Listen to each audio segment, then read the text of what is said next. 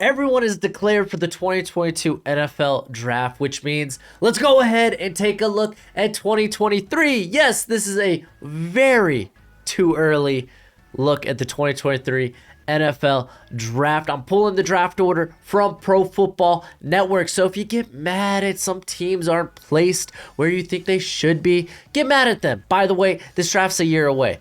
Whatever I put down here, it's going to look vastly different from how it actually goes down. This is really just to highlight some prospects that caught my eye this year that I think could maybe have a big year in the 2022 college football season. But what's crack-a-lackin'? It's your boy Broshmo, just in case you did not know. So go ahead, become a bro and subscribe. Leave that thumbs up if you enjoy the content or if you at least appreciate it. And let me know what you think in the comment section below. We all love to have that nice, beautiful, sensual football discourse down there in the comment section. Let's get into it. Houston Texans, Bryce Young, if they're drafted #1 overall, best believe the Davis Mills project did not go well. Bryce Young is going to be my top quarterback. I don't have to go through my whole summer of evaluations and looking at other guys. I know Bryce Young is going to be the #1 quarterback when it comes time for the 2023 draft, or at least when it comes time before the season. Again, a lot can change, but Bryce Young is fantastic. With that being said, the Giants, DJ, things didn't go well if you drafted at #2. So we're grabbing CJ Stroud. There were areas where I was pretty impressed with Stroud this year for being a first-time starter. There's reason that Mr. Ewers had to go on to Texas. He knew he would not be getting the starting job away from Stroud. Yes, he was a bit high on throws here and there, but for the most part, he functioned very well inside their system. I think they opened up the playbook with him this year, and I think there's a good case to be made. He'll probably be among either QB1 or QB2 in this class if he takes that next step. With that being said, the Lions, I didn't think there was really a quarterback. It was hard to say. Will 3 quarterbacks go in a row? Is this the quarterback class of 2020 or 2021 where we had T. Lawrence, Trey Lance, we had Zach Wilson, Justin Fields, Mac Jones? I don't really think so. So it's like, I guess we're not getting a quarterback for the Lions at this point. So who is the best prospect, non-quarterback prospect in this class? And it's Will Anderson. And I know the Lions very likely taking an edge in the 2022 class, but I don't think that stops me from not taking Will Anderson. If anything, we have 2 of the best edge duos, or we have the best edge duo, young edge duo in the NFL. Will Anderson is freaking phenomenal over the course of the last 2 seasons at Alabama. 141 pressures, 23 sacks. You can't, it's just too hard to deny him not being picked. I thought about receiver, thought about other positions, but when it came down to it, Will Anderson is just too good to pass up. The Jacksonville Jaguars, let's get protection from T-Law if they don't go Evan Neal. And for me, Andrew Voorhees was a guy I was exceptionally high on this season. I thought he was going to be a top interior prospect when it came to the 2022 draft. And then he made the move to left tackle, decided to come back another year at USC. He started playing left tackle week 9 for the Trojans and was phenomenal. Only allowed 1 sack, and just the dude was probably one of the best run blockers in the country when it came to the left tackle position. If he remains a left tackle, I'm thinking he has a big year. So again, this is a bit projection on my part, but I said, hey, why not? This is a too early 2023 mock draft. Let's have some fun with it. I like Andrew Voorhees. On to the Carolina Panthers. Maybe they get their quarterback woes in line. Maybe they find a guy. I don't know. I didn't really want to go with Spencer Rattler at this pick. I'm pretty sure people would flip their lid if I did. Maybe they wouldn't. I don't know. But I went with Peter SKORONSKI? Hopefully I said that right. Probably not. But he is probably, for a lot of people, going to be the unanimous tackle 1 going into the 2022 college football season at a Northwestern. He's just been fantastic over the course of 2 seasons. He's only allowed 4 sacks and 37 pressures. He is very athletic, following the footsteps of his boy Rashawn Slater, so another guy to watch out for. Going to Chicago, let's get a prime wide receiver if they don't grab one in the 2022 NFL draft. And you might be like, what the heck? This isn't a Jackson. This isn't the Butte. What is this? Jonathan Mingo, let me tell you, I wanted to grab someone. I wanted to kind of highlight Jonathan Mingo here out of Ole Miss because he has got the size at 6'2", 215. He's a strapping young lad. Let's just call him that. He was a little beat up last year, and when he was on the field, though, like him and Matt Corral made beautiful music together. This is a cat that could see a big rise, could be one of those first round wide receivers. Just gonna have to wait and see. He's got that prototypical X size, so that's why I kind of wanted to highlight him here. And then Jalen Carter going to the Denver Broncos. They're probably they better solve quarterback. They just have to, right? They just have to. They're not going to go into another year with Steady Teddy and Drew Lock. I just can't believe that. So I'm going to imagine they already have their quarterback. Jalen Carter is phenomenal. He's one of my favorite prospects. I've been raving about him as people have been like, Jordan Davis is so great. Devontae Wyatt, man, that dude's explosive. I've been like, Jalen Carter is the best player on that defensive line.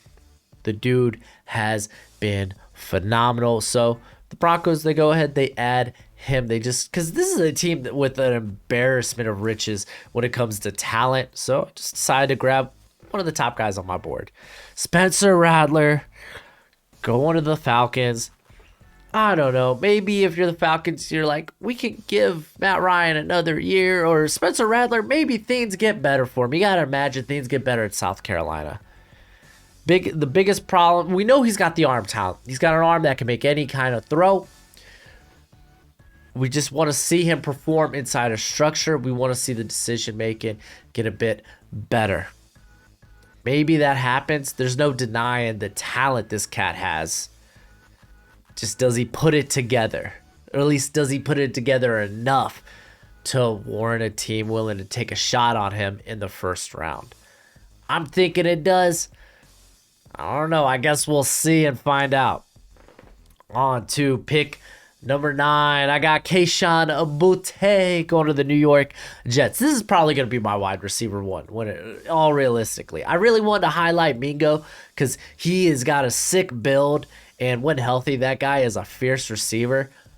But Kayshon Boutte is just fabulous. This guy's a red zone monster. He's a guy that can produce extremely well after the catch. I think he's probably going to be my wide receiver one when I go through my whole summer of evaluating these guys. Big fan. Jets, they get that receiver, especially if they don't grab one early on in the 2022 draft. Seattle Seahawks, here at 10. I grabbed Kaylee Ringo. This one was exceptionally difficult. I wanted to go corner desperately. I wanted to go secondary for the most part. In this corner class, it's not looking like the 2022 class. I have a bit of question marks here and there when it comes to it. And Ringo is interesting because he feels like a safety playing corner. Because we've seen against those speedier threats, Jameson Williams, to be fair, not a lot of people were stopping Williams this year, but he got toasted. I really imagine speed could be a problem for him, but this guy is going to be a very good man coverage option. He really does feel like a safety playing corner at 6'2", 205. While he's not the most speedy option, he does have the length and the strength to keep these guys pressed and stuffed at the line of scrimmage.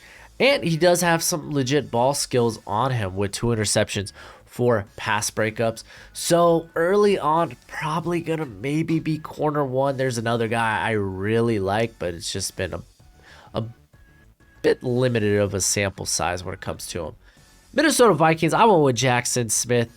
Oh man, I'm going to butcher it. Najigba?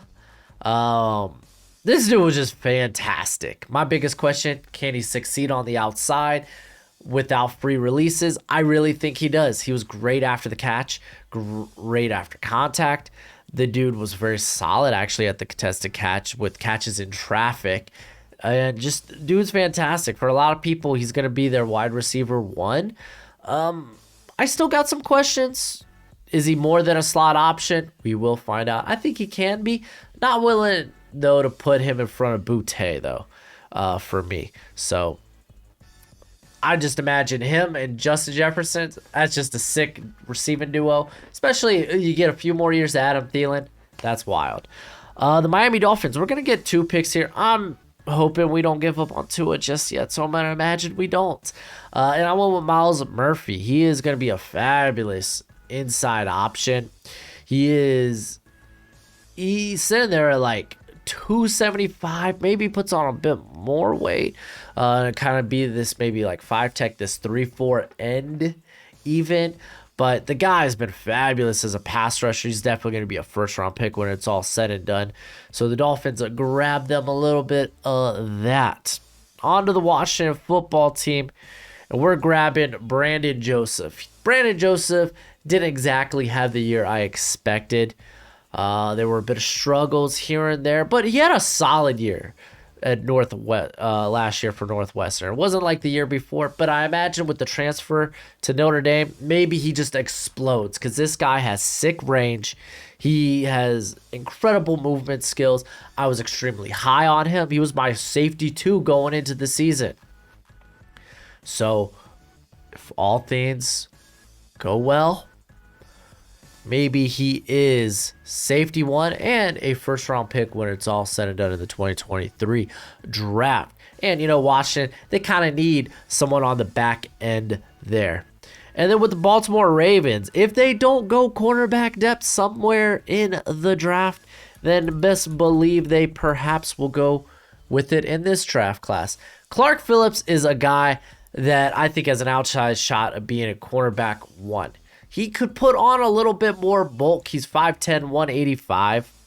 But this past season, in his first true year as a starter for Utah, there were some ups, there were some downs here and there. But for the most part, it was pretty solid. And he put the icing on the cake with his performance against Ohio State, where he only allowed 5 receptions on 8 targets for only 38 yards. And he ended up having an interception in that game. He was a big playmaker in that game. He had 9 pass breakups on the season, 2 interceptions for the year. I think he's a guy that can maybe elevate to cornerback 1. The size, again, I'm kind of like, but a guy definitely to keep your eyes on. Jordan Addison, if the Raiders don't get that guy that can stretch the field, whether it's in the offseason or in the 2022 draft, then Jordan Addison might be primed for that. Bit undersized, 6 foot, he's like 175, 180-ish, but you can't deny that this guy is just, the separation he creates, it's just, mwah. And then for the Pittsburgh Steelers, I'm going my boy Zion Nelson. He did not have the breakout year I thought he was going to have. Instead, Charles Cross had that breakout year. But Zion Nelson is a wonderful athlete at the tackle position, former tight end in high school. He has progressed he took such a huge jump from his freshman to sophomore year, and then it felt like he kind of plateaued a bit in his junior year. I'm thinking he breaks out this season. At least I'm hoping. I'm a big Hurricanes fan. Do you, baby? Do you?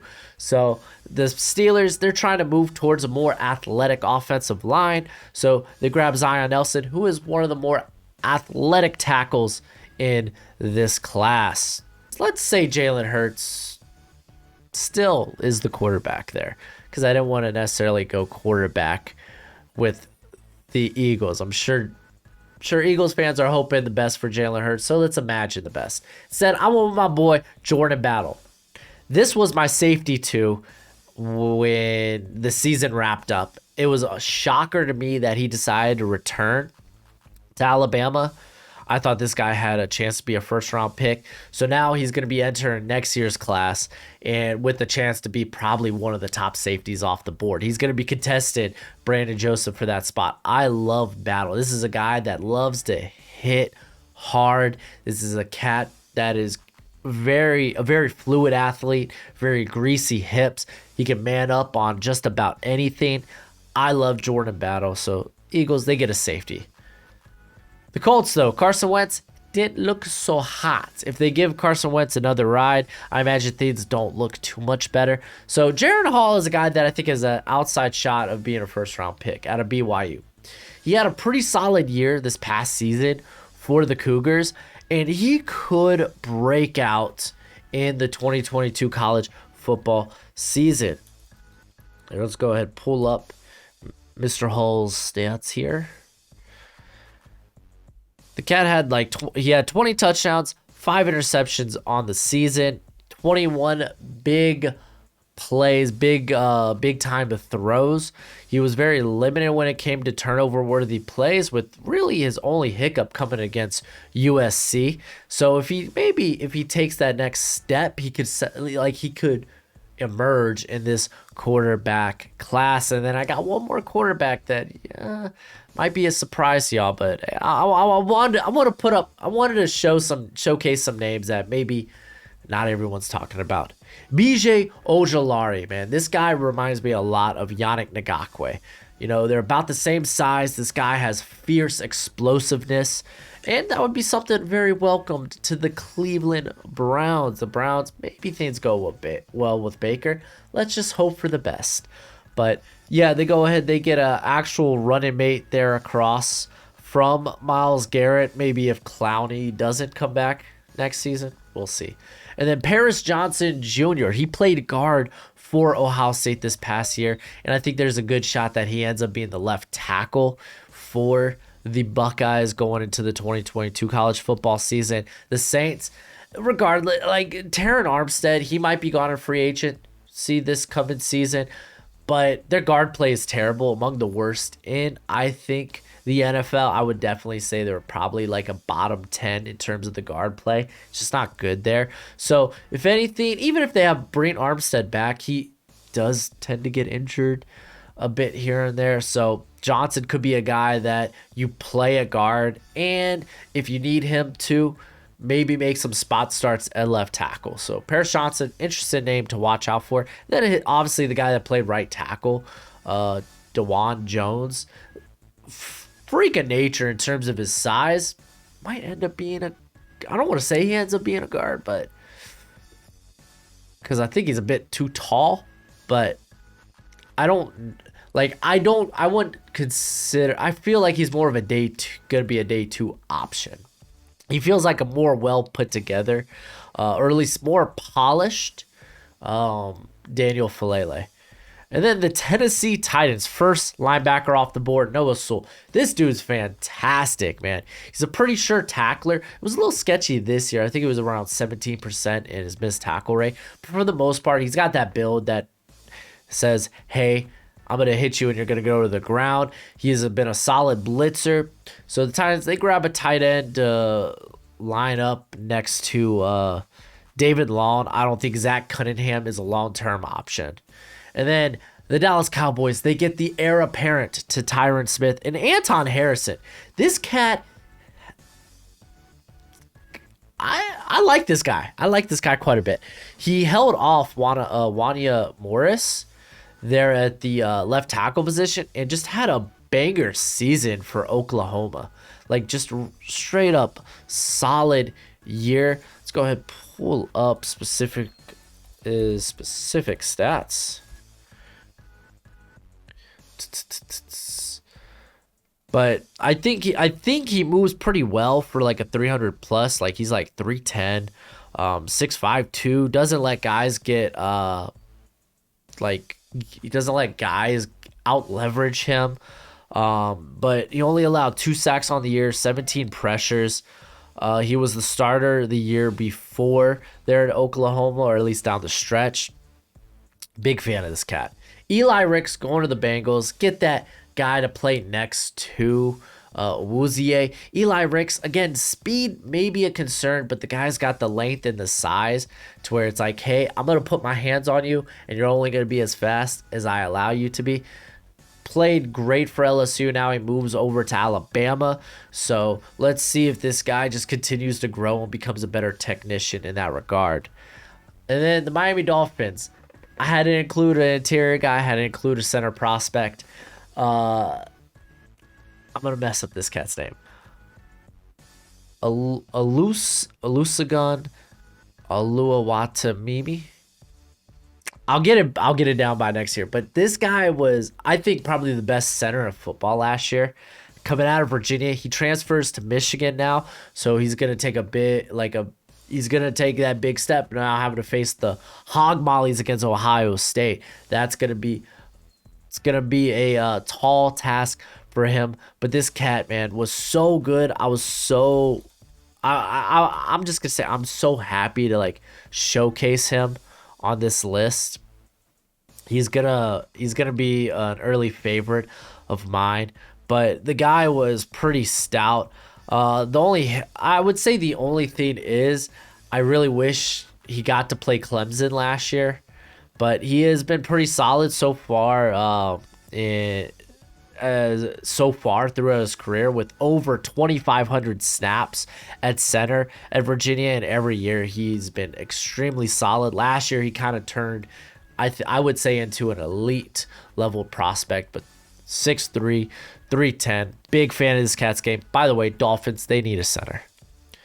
And then at 25, here's the other quarterback prospect I decided to include, and it's out of the U. It's my boy Tyler Van Dyke. He took over for Derek Keen when Derek Keen went down to injury, and he looks pretty good. He's got prototypical quarterback size at 6'4", 224, and while he did have some turnover-worthy plays throughout the year, he made your typical mistakes. Like, he was playing winning football for the Hurricanes. Like, this cat, when he became a starter, his first 2 games, they were pretty rocky. Like the North Carolina game was pretty rocky. But after that game, he just took off. He didn't have a game under 300 yards. He was just throwing touchdown passes, like 25 touchdowns last season with 6 interceptions. Like, if he takes that next step and really helps elevate that squad now with Mario Cristobal there, the guy that could showcase the arm talent of Justin Herbert. So that tells you how much faith I have in my Hurricanes. But I'm hoping, man. There's a lot of good quarterback prospects in this class. You're gonna hear the names of like Grayson McCall and company, but I wanted to showcase Tyler Van Dyke, Jaron Hall as guys that I don't think will probably be talked about. So I did. Trenton Simpson going to the Bills. Tremaine Edmonds, man, he's just, I don't want to say he's a bust. I would say he's like an average linebacker. But Simpson, dude, this guy is an elite blitzer. A guy that just feels like he is everywhere on the field for Clemson. So the Bills replace Edmonds with him. Had to showcase a running back. Y'all know I love Bijan Robinson. So he's going to the Cardinals here. Bijan is probably the best, I would say the best running back prospect since Saquon Barkley. It's just, let's be realistic about running back value. These guys, this is probably the highest I'm willing to take a running back. Bijan, though, I think can be real special. This cat is just ridiculously strong. Not nearly as explosive as a Saquon Barkley, but he's a lot stronger. This guy has tree trunks for thighs. And then Nolan Smith going to the Chargers.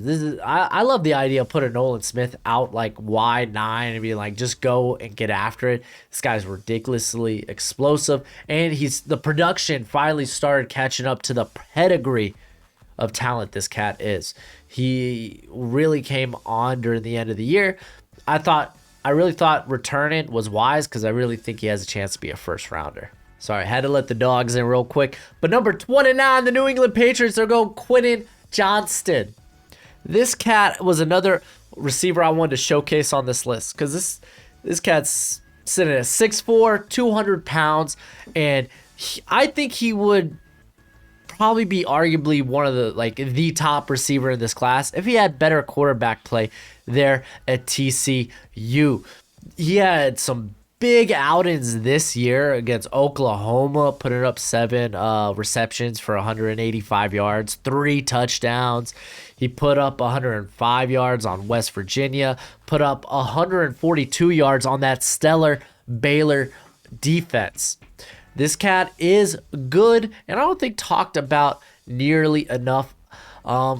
He has some flashy plays at the catch point, but I want to see a bit more.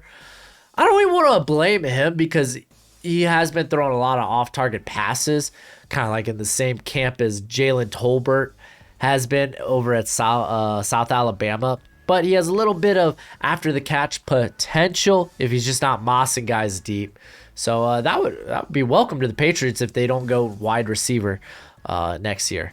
And then I got Michael Mayer going to the Packers. This is probably going to be the top tight end in this class. Some people will like Billingsley, but that dude needs to put production to his name. Mayer, he already has it. He would be arguably the top tight end in the 2022 class if he was eligible. So watch out for this cat. And by the way, Brock Bowers, not eligible. He'd be a true sophomore. So don't even at me when it comes to that cat. He's on the mind. He is on my 2024 mock draft radar. Not that we're going to be doing that anytime soon. Then the Kansas City Chiefs, they're getting that big athletic pass rusher that Spag likes. We're going to get Habakkuk Maldonado. That's right. This cat was a very good, especially near the end of the season. He had 48 pressures, 11 sacks on the year, 12 tackles for loss. This cat is a guy to keep an eye on going into this class. And then Jalen Jones out of Texas A&M. And you could argue maybe his teammate, was it Antonio Johnson, may deserve to be here. But Johnson, he mainly plays in the slot, while Jones actually is out there on the outside for the Aggies, and he's been doing it since day one. He stepped foot on campus, man, and he's got great size, 6'2", 205. Last year, allowing a completion percentage of 51.7. Over the course of his career, the ball skills have been there. 3 interceptions, 10 pass breakups. This guy's been pretty solid for a very good defense there in Texas A&M, and could be a guy to watch out for in this class. I really feel like the corners in this class are a lot bigger. Well, aside from Clark Phillips. But yeah, Tampa Bay, if they don't go the way of adding more cornerback depth, they could probably do it in this class. But yeah, there are a lot of guys that I really did get a chance to feature in this. So maybe after the draft, I'll do like a 3-round mock draft for the 2023 class. But I'm already getting hyped for the 2023 class, and we're not even at the Senior Bowl for the 2022.